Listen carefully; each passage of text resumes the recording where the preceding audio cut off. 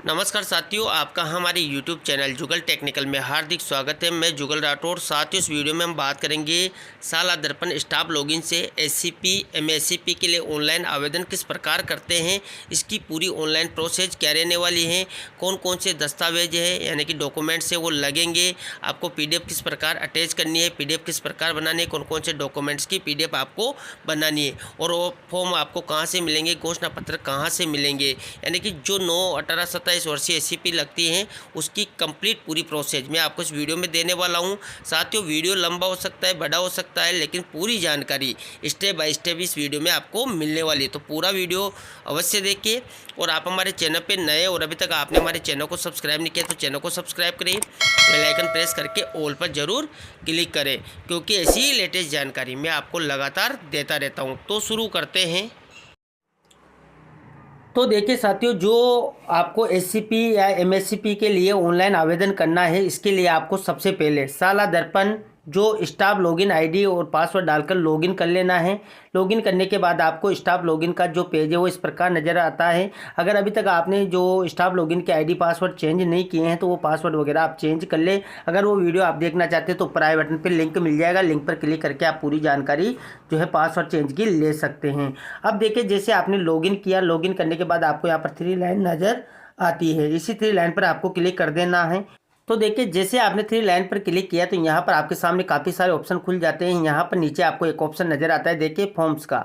इसी फॉर्म्स वाले ऑप्शन पर आपको क्लिक कर देना है और इसके बाद आपको देखिए एप्लीकेशन फॉर डिपार्टमेंटल सर्विस का ऑप्शन आपको नज़र आता है। इसी ऑप्शन पर आपको क्लिक करना है। इसके बाद फिर से आपको फॉर्म्स का ऑप्शन नज़र आता है, इसी फॉर्म्स वाले ऑप्शन पर आपको क्लिक कर देना है।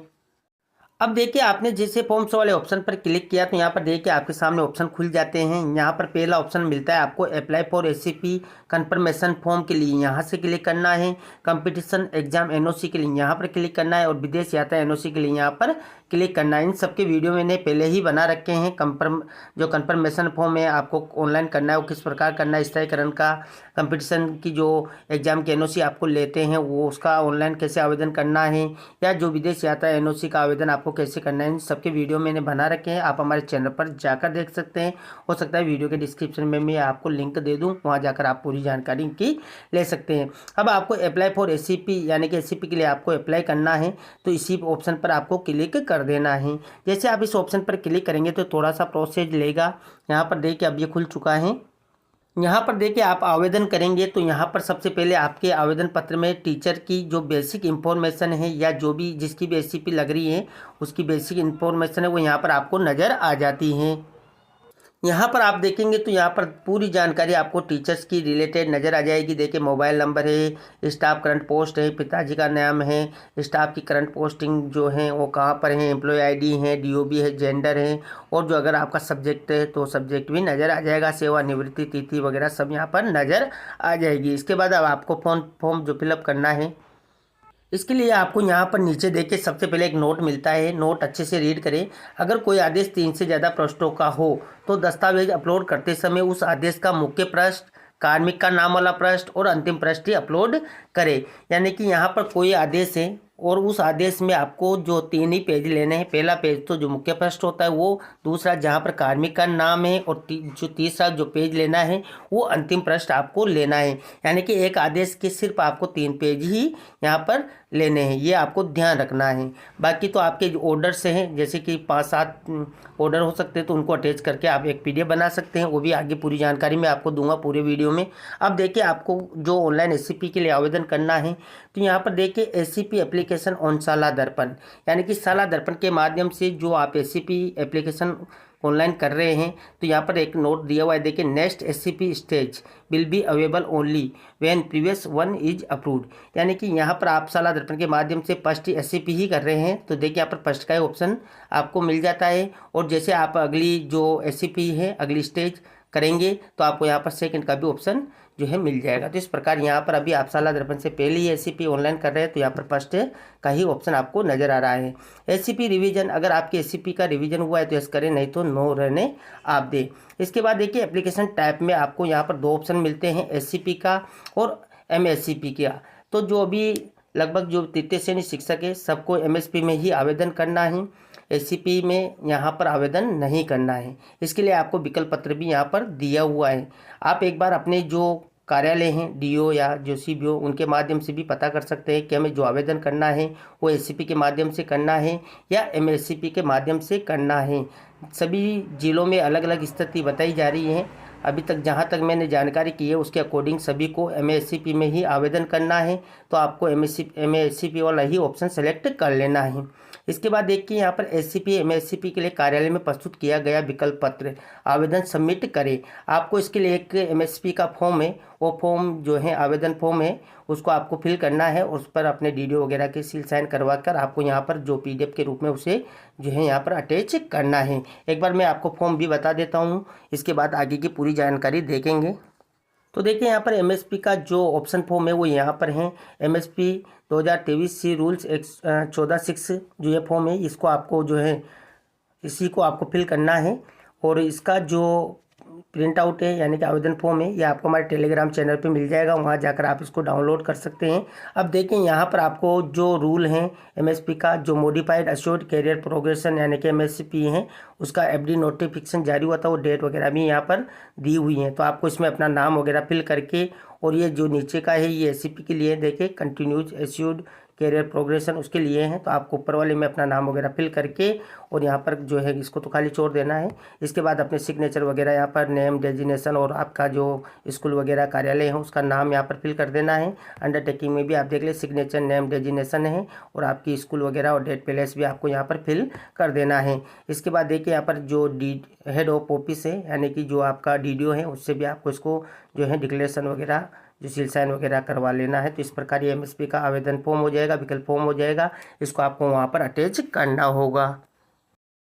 तो देखिए यहाँ पर आपने एमएसपी का जो विकल्प पत्र है आवेदन है वो आपने यहाँ पर सबमिट कर दिया है। अगर जिनका एससीपी का ऑप्शन लिया है तो वो एससीपी वाला कर दें।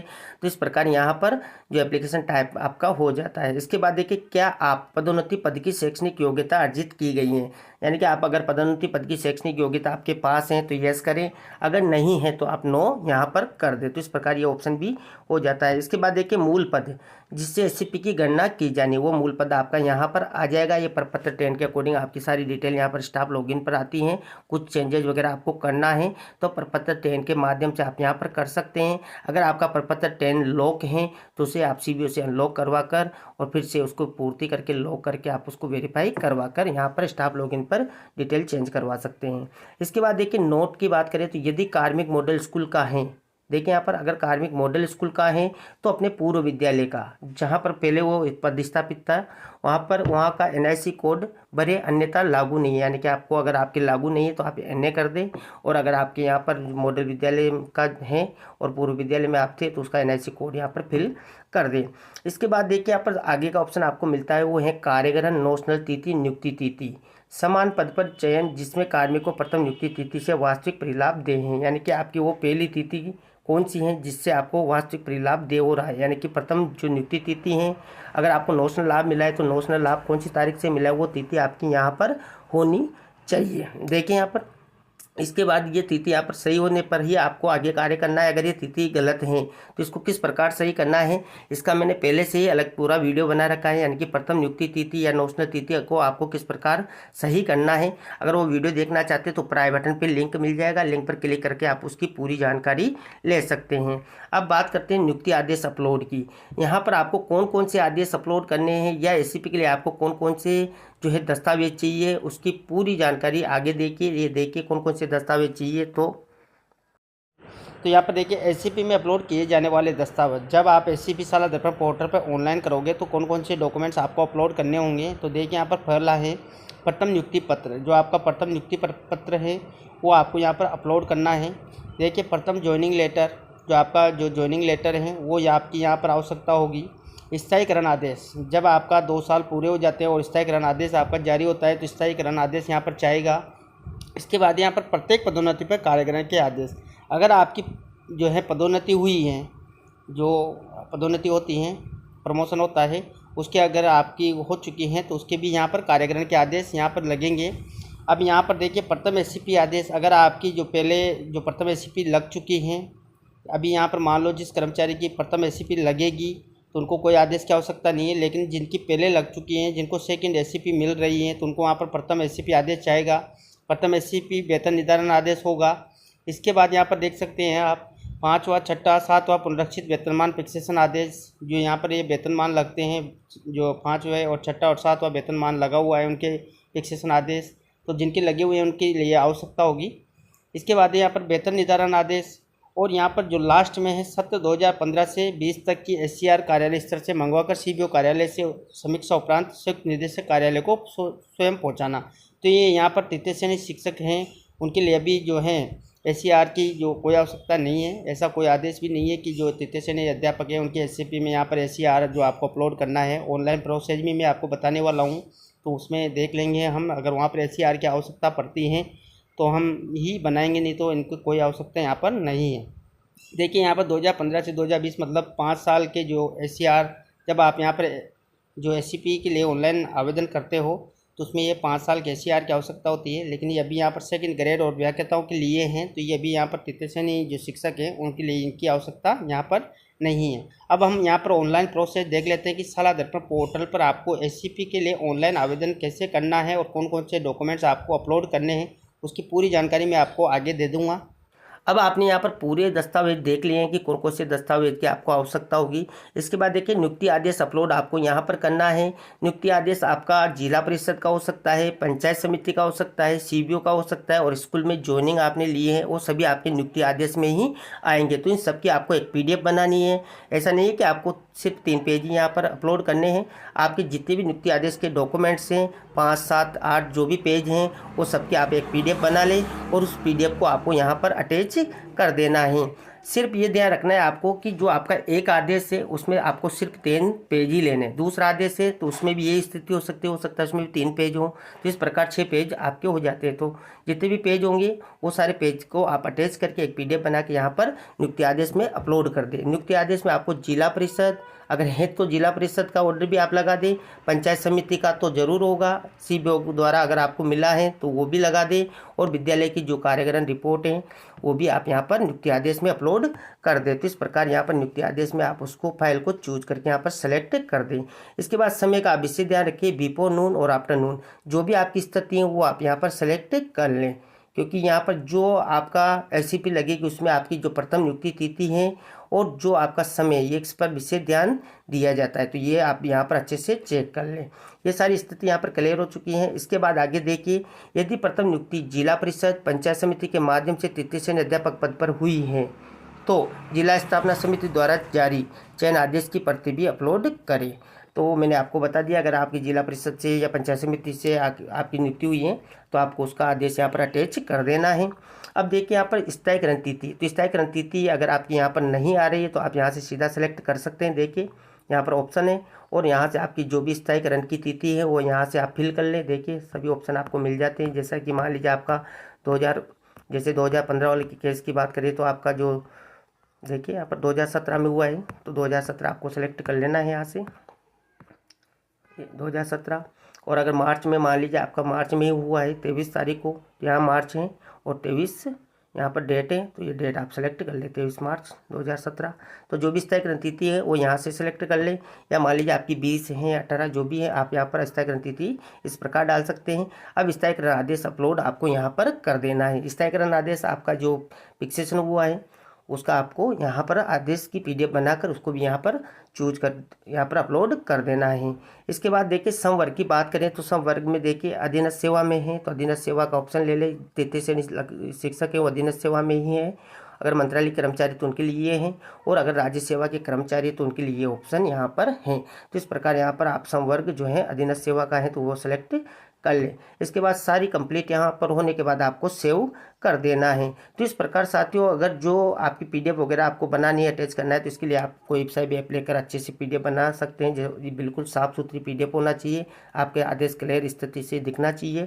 और यहाँ पर अगर आपको वो 3 पेज वाली समस्या है तो मैंने आपको बता दी है कि आप यहाँ पर कितने भी पेज लगा सकते हैं। सिर्फ एक आदेश में 3 पृष्ठ आपको लेने हैं, बाकी जितने भी आपके आदेश है उसमें आप ले सकते हैं। तो ये भी आपकी यहाँ पर दिक्कत नहीं रहेगी। और स्थायीकरण तिथि आप यहाँ से सेलेक्ट कर सकते हैं। ये सारा काम यहाँ पर हो चुका है। एक बार आप सेव कर लेते तो आपका यहाँ पर डाटा सेव रहता है। इसके बाद देखिए शैक्षणिक योग्यता की, तो शैक्षणिक योग्यता आपके प्रपत्र 10 के अकॉर्डिंग यहाँ पर आती हैं। प्रपत्र 10 में आपने जो भी शैक्षिक योग्यता भर रखी है वो यहाँ पर आपको शो हो जाएगी। इसके बाद देखिए नीचे आपको प्रशैक्षिक योग्यता का ऑप्शन मिलता है, ये देखिए यहाँ पर, ये भी आपने प्रपत्र 10 में जो भी फिल कर रखी है वो ऑटोमेटिक यहाँ पर आ जाएगी।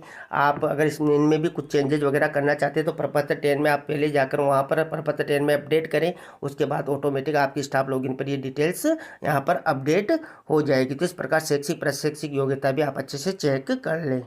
इसके बाद देखिए नीचे आपको एक ऑप्शन मिलता है सेवा काल में हुई पदोन्नतियों का विवरण, यानी कि आपकी सेवा काल में अगर आपका प्रमोशन हुआ है तो उसका विवरण भी आपको यहाँ पर देना होता है। अगर लागू नहीं है तो आपको यहाँ पर एस पर क्लिक कर देना है, यानी कि आपका प्रमोशन नहीं हुआ है तो आपको एस कर देना है, तो ये ऑप्शन यहाँ पर बंद हो जाएगा। देखिए जैसे आप इस पर क्लिक करेंगे तो यहाँ पर ऑप्शन गायब हो चुका है। अगर आपकी पदोन्नति हुई है तो आपको यहाँ पर नो कर देना है, नो करेंगे तो यहाँ पर पूरी डिटेल्स आ जाती हैं, आपको इसको फिल करना है। 2015 वाले के केस में यहाँ पर अभी लगभग काफ़ी सारे साथियों की पदोन्नति वगैरह नहीं हुई है तो उनको ये ऑप्शन यहाँ पर एस करके जो है छोड़ देना है। अगर उनके यहाँ पर पदोन्नति हो चुकी है तो उनको किस प्रकार सेलेक्ट करना है, तो सबसे पहले प्रकार सेलेक्ट करना होगा, फर्स्ट है, सेकंड है, थर्ड है या फोर्थ है। अगर फर्स्ट प्रमोशन है तो फर्स्ट पर ही आपको क्लिक कर देना है। इसके बाद देखिए पदोन्नति पद कौन सा है, यानी कि आपकी पदोन्नति किस पर हुई है। देखिए काफ़ी सारे पद यहाँ पर दे रखे हैं, जिस भी पद पर आपकी पदोन्नति हुई है, जैसे थर्ड ग्रेड वालों की सेकंड ग्रेड पे हैं या फर्स्ट ग्रेड पे हैं, सेकंड ग्रेड वालों की फर्स्ट ग्रेड पे है या लेक्चर की या वाइस प्रिंसिपल वगैरह में, तो इस प्रकार यहाँ पर सभी ऑप्शन आपको पदोन्नति पद के मिल जाते हैं। कार्यग्रहण परित्याग में आप देखिए अगर आपने कार्यग्रहण किया है तो कार्यग्रहण पर टिक कर दे, और आपने परित्याग किया है, फॉरगो किया तो इस पर टिक कर दें। इसके बाद देखिए डीपीसी है आपका वर्ष यहाँ पर चयनित आपको कर लेना है। देखिए कौन सा डीपीसी वर्ष है वो सभी यहाँ पर आ जाते हैं, उसको सेलेक्ट आपको कर लेना है। आदेश क्रमांक देखिए जो आपका प्रमोशन हुआ है उसका आदेश आता है, आदेश में क्रमांक होते हैं और आदेश की दिनांक होती है और कार्यग्रहण तिथि। जब आप कार्यग्रहण करते हैं पदोन्नति पर तो वो कार्यग्रहण तिथि यहाँ पर फिल करनी है और आदेश की प्रति को यहाँ पर अटैच करना है। जो आदेश है उसकी प्रति का जो मुख्य पृष्ठ है, आपका नाम वाला पृष्ठ है और लास्ट पृष्ठ है, वो आप यहाँ पर सेलेक्ट कर दें। अगर दो आदेश है तो दोनों को इस प्रकार आप पीडीएफ बनाकर यहाँ पर अटैच कर दें और सेव का ऑप्शन मिल जाता है, सेव आपको कर देना है। और मान लीजिए अगर आपकी एक और पदोन्नति हुई तो आप सेकंड का एक रो फर्स्ट आपने भर दी तो सेकंड भी आप यहाँ पर फिल कर सकते हैं, थर्ड आए हैं तो थर्ड भी आप यहाँ पर फिल कर सकते हैं। तो इस प्रकार एक एक करके आप उसको फिल कर देंगे। मेरे केस में यहाँ पर लागू नहीं है तो मैं यहाँ पर एस कर दूंगा तो ये काम फ्री। इसके बाद देखिए पूर्व में स्वीकृत चयनित वरिष्ठ वेतनमान का विवरण भी आपको यहाँ पर फिल करना है। मान लीजिए अगर आपको पूर्व में पहले ही एससीपी लग गई है, जैसे कि 9, 18, 27 वर्षीय एससीपी लगती हैं तो वो भी यहाँ पर फिल करनी होती है। मान लीजिए 18 वर्षीय या 27 वर्षीय एससीपी लग रही है तो हमें यहाँ पर 9 वर्षीय एससीपी का विवरण देना होगा, 18 वर्ष का विवरण देना होगा और अगर 27 है तो वो भी यहाँ पर देना होता है, यानी कि फर्स्ट सेकंड का ऑप्शन आपको यहाँ पर मिल जाता है। अगर लागू नहीं है तो आपको सीधा एस कर देना है। देखिए यहाँ पर तो ये ऑप्शन भी बंद हो जाते हैं। और अगर आपके लागू है तो आपको नो कर देना है, और नो करेंगे तो यहाँ पर देखिए अगर आपके पूर्व में ऐसी जो है एसीपी लगी है तो उसको सेलेक्ट करना है। देखिए प्रकार है तो देखिए फर्स्ट एसीपी है, सेकंड है, थर्ड है, वो यहाँ पर आप सेलेक्ट कर ले। मान लीजिए आपकी पूर्व में पहले एक एसीपी लग चुकी है तो उसको सेलेक्ट कर ले। अभी मान लीजिए 2015 वाले केस में अभी किसी की एसीपी नहीं लगी, फर्स्ट एसीपी उनकी लग रही है तो उनको सीधा यहाँ पर लागू नहीं है एस करके छोड़ देना है। अगर आपके यहाँ पर लग चुकी हैं तो देखिए उनको यहाँ पर सेलेक्ट करना है। वेतन आयोग कौन सा है, देखिए 4th, 5th, 6th, 7 वो देख ले।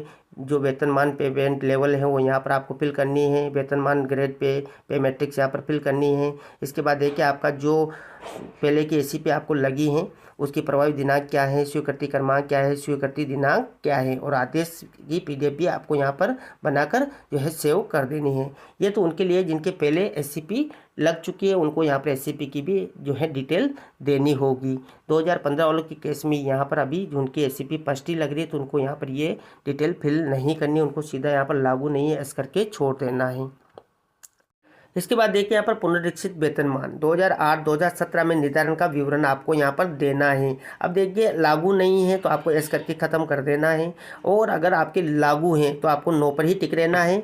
और यहाँ पर आपको जो 6th पे कमीशन लगा है या 7th पे कमीशन लगा है उसकी डिटेल्स भी आपको यहाँ पर देनी होगी। तो देखिए जो 2015 वाले शिक्षक है जिनके प्रथम एसीपी लग रही है उनको 7th पे कमीशन मिल चुका है तो उसकी डिटेल भी आपको यहाँ पर फिल करनी होगी। इसके लिए देखिए यहाँ पर प्रकार सेलेक्ट करना है। अगर फर्स्ट जो वेतन आयोग मिला है तो अगर फर्स्ट ही मिला है तो फर्स्ट का ऑप्शन ले लें, और जिनको दो दो मिल चुके हैं तो फर्स्ट सेकंड की यहाँ पर डिटेल फिल करनी होगी। तो पहले फर्स्ट की बात कर लेते हैं, तो फर्स्ट पर आपको टिक कर देना है। इसके बाद देखिए वेतन आयोग कौन सा मिला है, अगर 6th मिला है तो 6 पर टिक करना है, और जिनको फर्स्ट ही 7th मिला है तो 7th पर टिक कर देना है। इसके बाद देखिए वेतनमान पे बैंड पे लेवल आपको सेलेक्ट कर लेना है। इसके बाद देखिए वेतनमान ग्रेड पे मैट्रिक्स आपको यहाँ पर सेलेक्ट कर लेना है। देखिए जो भी है, मान लीजिए लेवल 10 है तो वो लेवल 10 आप सेलेक्ट कर लें, तो जो भी है वो आप यहाँ पर फिल कर लें। इसके बाद देखिए वेतनमान में विकल्प की दिनांक, यानी कि जब आपने आपके 7th पे कमीशन लगा था तो उसमें आपने विकल्प की दिनांक चूज की होगी, वो विकल्प की दिनांक जो है क्या है वो यहाँ पर फिल करनी होगी। इसके बाद आपको आदेश की प्रति, जो 7th पे कमीशन लगा है उसकी जो आदेश निकला होगा, विकल्प का आदेश निकला होगा, और जो आपके डीडीओ से जो आदेश निकला होगा उसके आपको पीडीएफ बनाकर यहाँ पर अटैच कर देनी है और यहाँ पर सेव कर देना है। यानी कि 7th पे कमीशन से रिलेटेड जो भी आदेश है उसकी आपके यहाँ पर पीडीएफ बना कर उसको अटैच यहाँ पर कर देना है। सारी डिटेल आपको फिल कर देना है और उसके बाद आपको यहाँ पर सेव कर देना है। इसके बाद देखिए जो आवेदित एससीपी का विवरण है, यानी कि जो अब आप एससीपी के लिए कर रहे हैं उसकी आपको यहाँ पर जानकारी फिल करनी है। सबसे पहले प्रकार है, यानी कि फर्स्ट एससीपी है जो है फर्स्ट एससीपी, जैसे मान लीजिए 9 वर्षीय हैं या 10 वर्षीय हैं, सेकंड 18 वर्षीय, 20 वर्षीय हैं, 27 वर्षीय, यानी कि जो थर्ड एससीपी है या 30 वर्षीय जो है। अभी यहाँ पर 9, 18, 27 का ही ऑप्शन रह चुका है, 10 से 20, 30 का यहाँ पर लगभग हट चुका है, तो यहाँ पर अभी भी वो ऑप्शन आ रहे हैं। अब मान लीजिए जिनकी यहाँ पर प्रथम एससीपी लग रही है 9 वर्षीय, तो उनको इसी पर क्लिक कर देना है। इसके बाद देखिए दे दिनांक, यानी कि आपको जो एससीपी दिनांक है कब से दे हैं वो आप यहाँ पर फिल कर दे। जैसे मान लीजिए जिनकी 20 है तो 20 कर दे, जिनकी 23 है तो 23 यहाँ पर 23 मार्च है तो 23 मार्च कर दे। इसके बाद देखिए दे वेतन आयोग, कौन सा वेतन आयोग चल रहा है तो वो देखिए कौन सा दे है, तो 7th है तो 7th पर टिक कर दे। इसके बाद देखिए वर्तमान पे बैंड पे लेवल्स वो आप यहाँ पर सेलेक्ट कर लें। इसके बाद देखिए वेतनमान ग्रेड पे मैट्रिक्स, जैसे आप पूरी डिटेल्स फिल करेंगे सारे ऑप्शन आपके यहाँ पर सामने होंगे। इसके बाद देखिए वेतनमान ग्रेड पे मैट्रिक्स आपको यहाँ पर जो है सेलेक्ट कर लेनी है। अभी यहाँ पर हमारे ऊपर जो है ऑप्शन मैंने पूरी डिटेल्स नहीं भरी हैं, तो अभी यहाँ पर जो है ये बंद आ रहे हैं। तो आप इसको जैसे फिल करेंगे आगे सारी डिटेल्स आपके सामने होगी, उसको आपको फिल कर देना है। इसके बाद नीचे आपको चलना है। नीचे आप देखेंगे तो दिनांक 31/5/2002 तक जीवित बच्चों पुत्र पुत्री की संख्या आपको यहाँ पर फिल कर देनी है। तो देखिए 31/5/2002 तक जीवित बच्चे हैं तो उनकी संख्या यहाँ पर फिल कर दे, उनका नाम और उनकी जन्मतिथि यहाँ पर फिल करके सेव कर देना है। देखिए 31/5/2002 तक के जीवित बच्चों की यहाँ पर करनी है। और देखिए 1 जून 2002 अथवा उसके पश्चात जीवित बच्चों के पुत्र पुत्रियों की संख्या आपको यहाँ पर फिल करनी है। तो जिनके 2002 के 1 जून 2002 के बाद के हों वो यहाँ पर फिल करें, और उसके पहले के हैं तो वो यहाँ पर फिल करें। ठीक है, दोनों ऑप्शन आप देख लें और यहाँ पर सेव कर देना। मान लीजिए 2 बच्चे हैं तो दोनों का नाम फिल करके उनकी जन्मतिथि फिल करके सेव कर देना है। इसके बाद देखिए आपको एक संतान संबंधी घोषणा पत्र है वो भी फिल करना है, वो भी मैं आपको बता देता हूँ। देखिए तो देखिए जो संतान संबंधी घोषणा पत्र हैं आपको फिल करना है और अपलोड करना है। तो देखिए इसको आपको पहले फिल करना होगा, इसके बाद आप उसको यहाँ पर अटैच कर सकते हैं। देखिए यहाँ पर नाम है, पद नाम है और कार्यालय जो विभाग है उसका नाम है वो यहाँ पर फिल कर देना है। इसके बाद देखिए दिनांक 31 मई 2002 तक मेरे बच्चों पुत्र पुत्री की संख्या यहाँ पर आ जाएगी, उनका नाम और पुत्र पुत्री कौन है और जन्मतिथि उनकी यहाँ पर फिल करनी है। ये 31/5/2002 के पहले किए हुए। और यहाँ पर देखिए दिनांक 1 जून 2002 को या इसके पश्चात मेरे बच्चों की संख्या में वृद्धि नहीं हुई है तो यहाँ पर हो जाएगा। इसके बाद देखिए दिनांक 1 जून 2002 को अथवा इसके पश्चात मेरे बच्चों की संख्या में वृद्धि हुई है एवं वर्तमान में मेरे बच्चों की कुल संख्या कितनी है, यानी कि 1 जून 2002 के बाद के हैं उनकी संख्या फिल करके उनके नाम पुत्र पुत्री और जन्मतिथि लिखकर आपको ये फिल कर लेना है। यहाँ पर आपकी जो डिटेल फिल कर देनी है और आपके जो डीडीओ है कार्यालय अध्यक्ष हैं उससे आपको यहाँ पर साइन वगैरह सील साइन करवा लेना है और ये यहाँ पर मान्य है, आपको कोई नोटरी वगैरह कराने की आवश्यकता नहीं है, आप इसको सीधा वहाँ पर अटैच कर दें। तो देखिए जो संतान संबंधी घोषणा पत्र हैं इसके संबंध में काफ़ी सारे साथियों के जो है फ़ोन कॉल मैसेज आ रहे थे कि जो हमें संतान संबंधी घोषणा पत्र बनना है वो जो नोटरी वगैरह करवाना है, स्टाम्प शपथ पत्र वगैरह बनाना है। तो मैंने उनको यही कहा है कि इसका एक जो है घोषणा पत्र है आप उसको फिल कर ले और अपने डीडीओ से जिसको सत्यापन कराकर यहाँ पर अपलोड कर सकते हैं, वो मान्य है। इसका पहले भी एससीपी लगी है उन सबके यही लगाया गया था, उनकी सबकी एससीपी लग चुकी हैं। तो यहाँ पर संतान संबंधी घोषणा पत्र आप जो है जो मैंने बताया है उसकी पीडीएफ आपको हमारे टेलीग्राम चैनल पर मिल जाएगी, वहाँ से आप उसको डाउनलोड करके फिल करके जो अटैच कर सकते हैं। इसके बाद लास्ट में आपको यहाँ पर देखिए सेवा काल में कर्मचारी को नियमों के तहत कोई शास्त्रीय दंडादेश दिया गया है। अगर यहाँ पर कोई शास्त्रीय दंडादेश दिया गया है तो आपको यस करना है, नहीं तो आपको नहीं पर ही टिक जो है रहने देना है। तो देखिए आपने सारी डिटेल्स यहाँ पर फिल कर ली हैं। आपने देख लिया है कि मेरे द्वारा जो भी डिटेल्स भरी गई है बिल्कुल सही हैं। आपने जो भी पीडीएफ लगाई हैं वो बिल्कुल सही लगाई हैं। जो पीडीएफ्स हैं वो बिल्कुल क्लियर आपको जो है दिखाई दे रही हैं, यानी कि जो पीडीएफ है उनकी क्वालिटी अच्छी है। अब आपका कंप्लीट यहाँ पर हो चुका है। अब आपको फाइनल सबमिट पर क्लिक कर देना है। जैसे आप फाइनल सबमिट पर क्लिक करेंगे तो आपके यहाँ पर मोबाइल नंबर पर ओटीपी जाएगी। ओटीपी आपको जैसे मोबाइल पर मिलती है ओटीपी यहाँ पर फिल करना है और फाइनल सबमिट आपको कर देना है। तो इस प्रकार ये फाइनल सबमिट हो जाता है। इसके बाद जो आपने फॉर्म फिलअप किया है ये आपको जो अपने पीओ हैं या डीडीओ हैं जो कार्यालय अध्यक्ष है उनके वहाँ पर लॉगिन पर शो होगा। वहाँ से आपको इसको अप्रूवल कराना है। वहाँ पर आपकी जो कार्यालय अध्यक्ष द्वारा है कवरिंग लेटर भी लगाया जाएगा और कार्यालय अध्यक्ष द्वारा जो भी आदेश है वो लगाकर इसको जो आपकी पूरी पीडीएफ्स वगैरह है उसको अटैच करके इसको जो है आगे फॉरवर्ड कर दिया जाएगा। अगर रिजेक्ट करना है, कुछ गलती वगैरह है तो रिजेक्ट भी वो कर सकते हैं, तो कार्यालय अध्यक्ष के द्वारा आगे की कार्रवाई होगी। तो ये थी साथियों यहाँ पर पूरी जानकारी एससीपी एमएसपी को लेकर पूरी जानकारी। आपको हमारी जानकारी कैसी लगी, जानकारी अच्छी लगी तो लाइक शेयर करें, और अभी तक आपने हमारे चैनल को सब्सक्राइब नहीं किया तो चैनल को सब्सक्राइब करें, बेल आइकन प्रेस करके ऑल पर जरूर क्लिक करें, क्योंकि ऐसी ही लेटेस्ट जानकारी मैं आपको लगातार देता रहता हूँ। और अगर आपको वीडियो अच्छा लगा तो ज़रूर उसको सभी साथियों तक शेयर करें।